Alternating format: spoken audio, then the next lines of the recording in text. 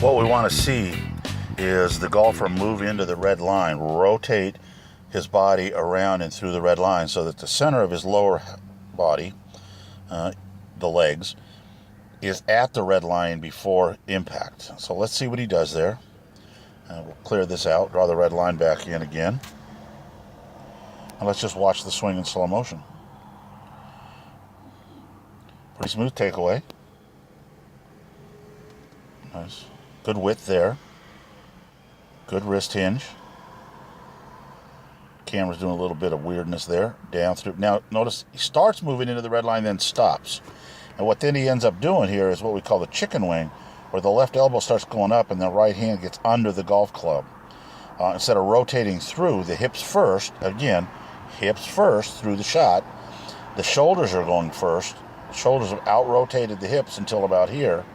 And then he ends up with a really nice finish, a good pelvic thrust towards the target. But what I'd like to see now is at this point that the belt buckle, instead of being pointed to the ground, is pointed a little bit more to the sky. That tells you he'd have driven his weight to the front side better. This is the swing plane I drew in here. We're going to watch how he does. The head of the club should stay on that blue line on the way back, so it stays outside the hands. And then drop under that blue line on the way down to the ball. Let's watch carefully here. It's staying pretty good. Right there, the club should be a little bit more toe up. See how it's kind of shut now. It's not. The club is not parallel to the lead arm, so he's leaving the club head a little too shut. He's going to go to the top, where the club now should be on the blue line. The hands right there on the blue line. Club still a little shut. You can see that it's not parallel to the forearm, the lead forearm.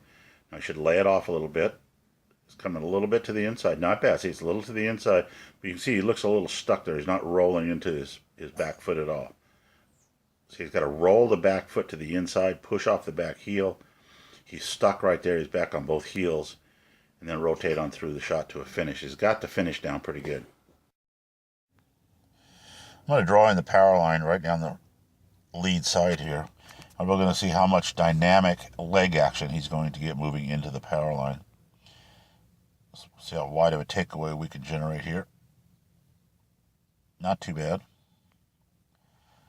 Good coil against the lead leg and against the trail thigh. Maybe straighten up the trail leg a little too far. Now he should be moving lower body in, but he doesn't quite follow it through. So he ends up with a little bit stuck, but not bad. Look at that. He's right about at the impact line at impact. Rolled, obviously, his trail foot to the inside. Up, heel doesn't go very far behind him. Nice, tall finish. Not a bad swing. Again, I apologize for the odd coloring. That's because I shot this at super slow-mo. Let's go ahead and watch this swing in slow motion. The red line represents the swing plane. It's going back to the inside, a little too far to the inside. The head of the club should be on the swing plane. And then she goes to the outside on the way down and misses the ball completely. So what we'd like her to do is go back here, watch where the club misses the ball. See how far to the outside she is? Let's clear the red line off so you can really see that she's swinging outside the ball.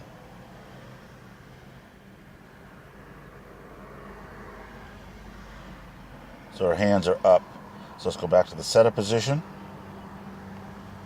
See where the hands are now.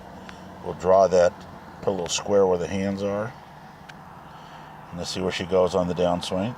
Cuts back too far to the inside. And outside the box, over the top. We want to sense that we're swinging under a table when we swing. Okay, let's watch the swing in slow motion first. I like the setup. Good strong grip. This is the modern grip. Okay, I'm gonna turns back nice, rotation, loading up onto the lead trail side, right on through the swing, but he pulled his arms in. So what we're going to look at here is we'll go back to here. As he comes into the ball, you're going to see he's pulling his arms in. Right there, see that? We need to have the hands rotating. At this point, I should see the fingers of the gloved hand, not the wrist part of the gloved hand. So he's not rotating through enough to the side. Okay, we see a pretty good setup here. The red line represents the swing plane up through the shoulders. Let's watch his rotation on the way back. Right on the line. I'm moving a little bit. Sorry about that. Back down through nicely. But what we're going to see here is he's kind of stuck right here. He hasn't really gone down to the golf ball. The left knee is straightened up a little too early. And he's going to exit really high, way above the swing plane. See how he's way up here? I'd like to see him down a little lower on the finish. Arms maybe down a few degrees from that. That's really high. See how tall he's getting there? That puts a lot of strain on you. And it really means that he hasn't freewheeled the club to a release. Okay, here we drew in the spine angle of the golfer. Let's play this swing in slow motion. We see he's lifting right away, and he never gets back down to it.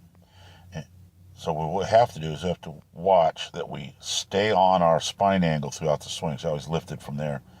The other thing we're going to see is, as he goes back, he lifts. Then on the way down, he never rotates his right hand over the club. See, that's under the club, still under the club, still under. At this point now, he should have released, rotated.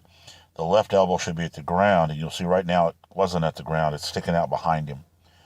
So we're going to work on getting him to rotate and keep his spine angle a little better.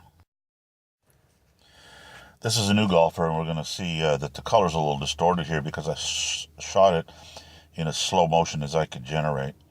And that sort of distorts the color a little bit. Well, let's watch the takeaway. She gets a nice wide takeaway, but then her head starts to drift off the center line a little bit. Actually, quite a bit. And then she collapses her arms right there. Remember, we want to be as wide as we can on the backswing to create as much fulcrum or lever angle as we can. Now she's going to move into the ball. Good movement down. Let's see, the arms are a little bit collapsed. Now she's really staying all bound up right here. See that, how bound up she is through there. At this point, we want the arms extended straight down the target line like you've got a big heavy weight pulling it, which should be the momentum of the golf club, right on through to a very nice high balance finish. This golfer was struggling to chip the ball into the air. So what we had her do is maintain her spine angle throughout the entire chip shot. Let's see how she does here with this video. We're going to see the takeaway, taken a little too far to the inside, but not too bad. The target is over here to the basket. Notice that the club is staying square to the target line. Look how steady her back's staying now. Still there, ball's up in the air nicely. Still stayed right on the spine line. Very, very well done. Okay, we're going to watch this swing in slow motion. Back. Nice wrist hinge. Too much folding of the left arm. Now watch, she pulls her arms in instead of lets them be long. So one of the things we're going to work on is, at this point here, the arms need to be fully extended out away from her.